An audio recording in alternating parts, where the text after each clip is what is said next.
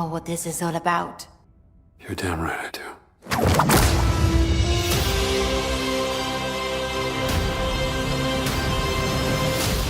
Indiana Jones and the Great Circle is a game that I've been eagerly awaiting ever since its announcement, but it wasn't one of my most anticipated releases of the year. There were a small handful of games that piqued my interest just a little bit more than this one. But as 2024 has gone on and on, my interest and excitement for this game has only grown for two main reasons. Reason number one being that a lot of the games that I was a bit more hyped for, like Dragon Age the Veilguard and Star Wars Outlaws, they left me wanting more. I reviewed both of these games, and I think my reviews were a lot more positive than the average person, and I still stand by most of the positive things that I said. But the more that I play these games, the more hours that I pump into both of them, the negative aspects have only become more apparent and more saturated. So I guess what I'm trying to say is that most of these huge open world romps and giant sequels have been falling flat for me, which has only made this Indiana Jones game seem even more appealing. A game that's not necessarily small, but is a bit more linear, a bit more focused. That kind of game just sounds really, really good to me right now. But the other reason is that a lot of Xbox exclusive games that we've been getting this past year have actually really surprised me, and I've really, really liked them. I think I'm one of the few people that actually really liked Starfield when it launched last year. And Senua's Saga Hellblade 2 is without a doubt one of the most memorable narratives I've experienced in a game all year. And just recently, like a week and a half, maybe 2 weeks ago, Stalker 2 came out. I talked about this game a lot on this channel, and it's without a doubt the biggest surprise hit of the year for me, and it's definitely a contender for my personal game of the year. So yeah, at this point, Xbox has just won me over enough to the point where I'm gonna be genuinely hyped for most of their exclusives, and that's coming from a dude that's a PlayStation gamer primarily. But anyway, I'm also an Indiana Jones fan, but I didn't grow up with this series. I didn't even grow up with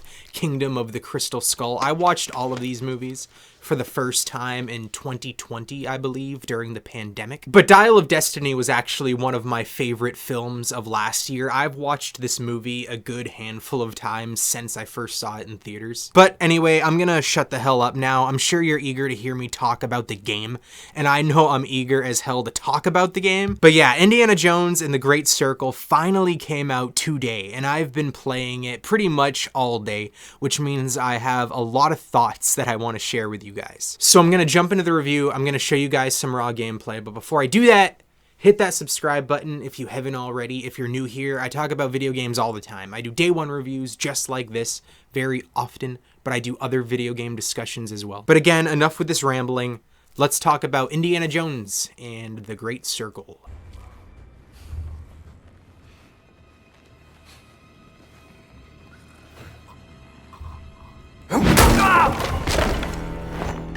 Nice and easy. So first off, this is a first impressions review. I have a decent handful of hours in the game already, but still, I have a lot more adventuring to do before I see those final credits roll. But trust me, as soon as I upload this review, I'm jumping back in. And with that being said, I'm definitely going to do a follow-up review real soon after I beat the main story. So look forward to that. And also, this video will be spoiler-free.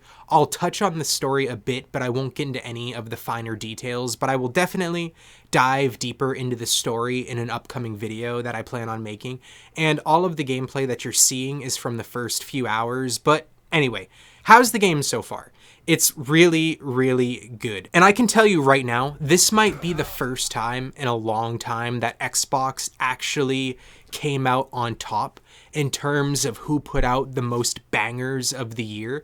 Because between this and Stalker 2, I've barely used my PS5 in the last few weeks, and I have a feeling it's gonna stay that way throughout most of December. But yeah, how's the gameplay specifically? It's really fun. It has the perfect mix of linear cinematic storytelling, but without diluting the sense of exploration that you would want in an Indiana Jones video game. And I'll be honest, I, like most people, or I assume most people, was a little disappointed when it was announced that this game was going to be played in a first-person perspective. I thought if I was going to play as Indiana Jones, I wanted to see Indy as much as possible, but I'm just really happy to say that those thoughts were wrong. First person was definitely the way to go. It gets you fully immersed. It makes you feel like you are the one wearing cool hats and whipping people. It just makes you feel like you are Indiana Jones, more so than I think a third-person game would have. And plus, now that I'm playing it firsthand, it's obvious this is also the perfect pacing for an Indiana Jones video game. You have a gun and you can shoot people, and there are parts of the game where the action does pick up a lot, and it's really fun when that happens, but most of the time, especially in the earlier parts of the game, you'll be sneaking around a lot, doing a lot of melee weapon combat and hand-to-hand combat and slower paced puzzle solving and exploration, and I just can't imagine that would have been better in third person.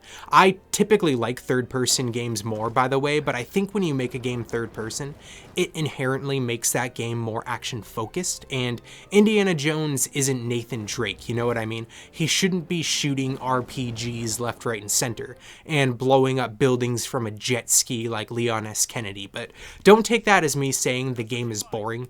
It's definitely not. It still has plenty of action, all while maintaining a true and believable Indiana Jones story and character. And speaking of that, let's talk about the dude himself, Indiana Jones. How is he in this game? So far, in my opinion, I don't think he could have been done any better. The writing for him feels true and shows just an insane amount of respect for Harrison Ford and for the writing of the original films, but what they did add feels respectable and believable. Troy Baker's performance as Indiana Jones is a near perfect recreation of Harrison Ford, but with enough of his own flair added to make it obvious that the performance is more than just an imitation game. The writing and performance in this game gives Indy a bit more depth than he had in the films. And that's not me shitting on Harrison Ford, by the way, or the films, or saying he's a bad actor. I'm a Harrison Ford stan. I love that dude.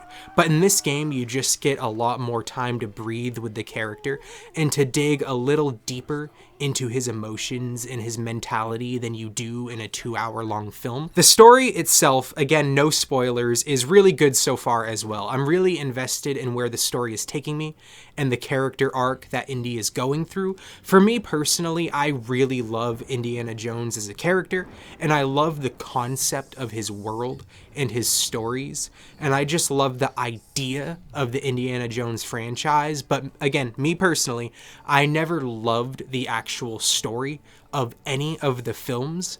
The actual narratives never did much for me, but again, just keep in mind I didn't grow up with those movies, but I can say this is going on track to maybe possibly be my favorite Indiana Jones story so far. Oh, look. Someone's left you a gift. How long has that been in there? I haven't opened this suitcase for a year. Not since Cairo.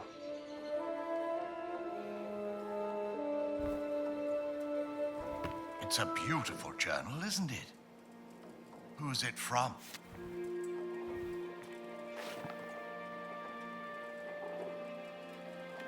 Doesn't say.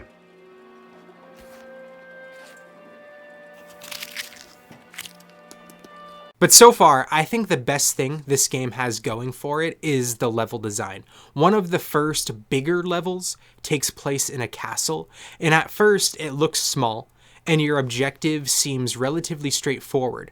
But once you start exploring and finding artifacts and discovering optional hidden mysteries and treasures, you realize how dense and how jam-packed these technically small places really are. Like, I spent a lot more time in that castle than I initially thought, making sure I didn't leave any stone unturned, and it felt worth doing. The clues and the riddles were fun to decipher, the map was interesting to explore, it didn't feel like busy work or padding. The game encourages you to just go off the beaten path and to turn every doorknob you see. Also, the direction in in this game is phenomenal too, by the way. The music, the tone, the pacing, it's all top notch. The game is just so cinematic, it's crazy.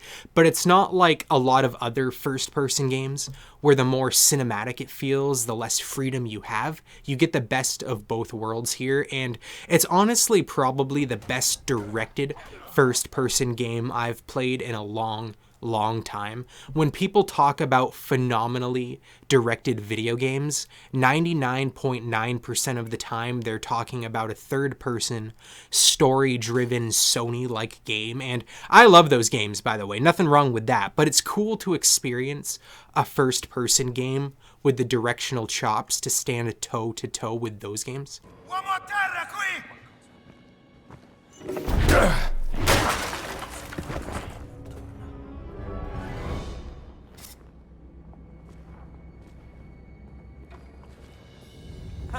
Peccato!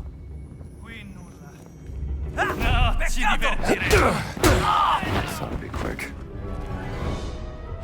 Almeno provaci, no?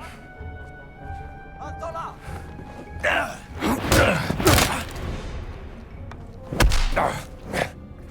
But do I have any cons or critiques so far? Honestly, only one right now. Shooting and melee combat feel good, but hand-to-hand combat feels a little clunky and awkward.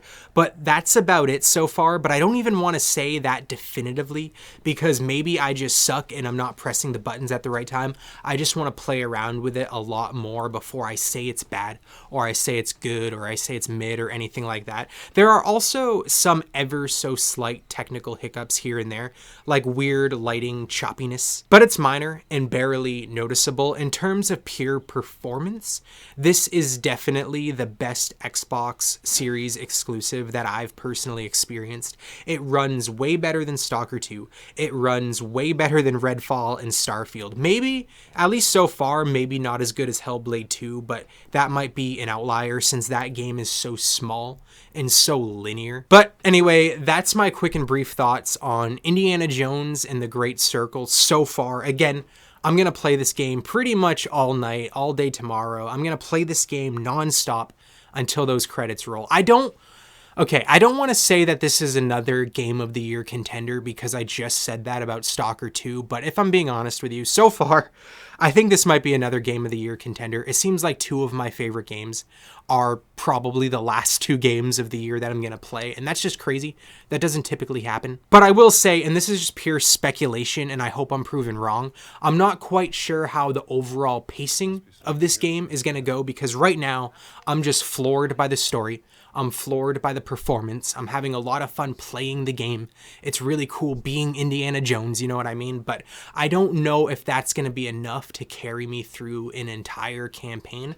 I hope that the gameplay changes up. I hope the level design changes up. I hope that the act of sneaking around and being stealthy and just, hitting people in the face with shovels, I hope that doesn't get old fast. But yeah, have you played this game so far? If you have, let me know what you're thinking about it in the comments down below. And if you haven't, let me know. Do you plan to, or are you going to ignore it completely? Either way, I look forward to hearing your thoughts in the comments down below. Once again, consider subscribing if you haven't already. Look forward to my next Indiana Jones videos. And yeah, just thank you for watching, especially if you watched this far.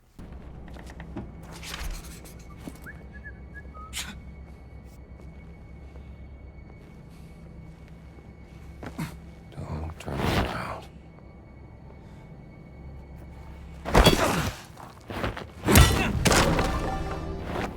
Nighty night.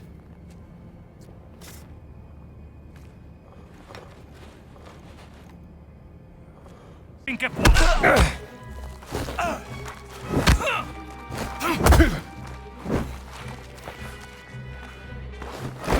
Bel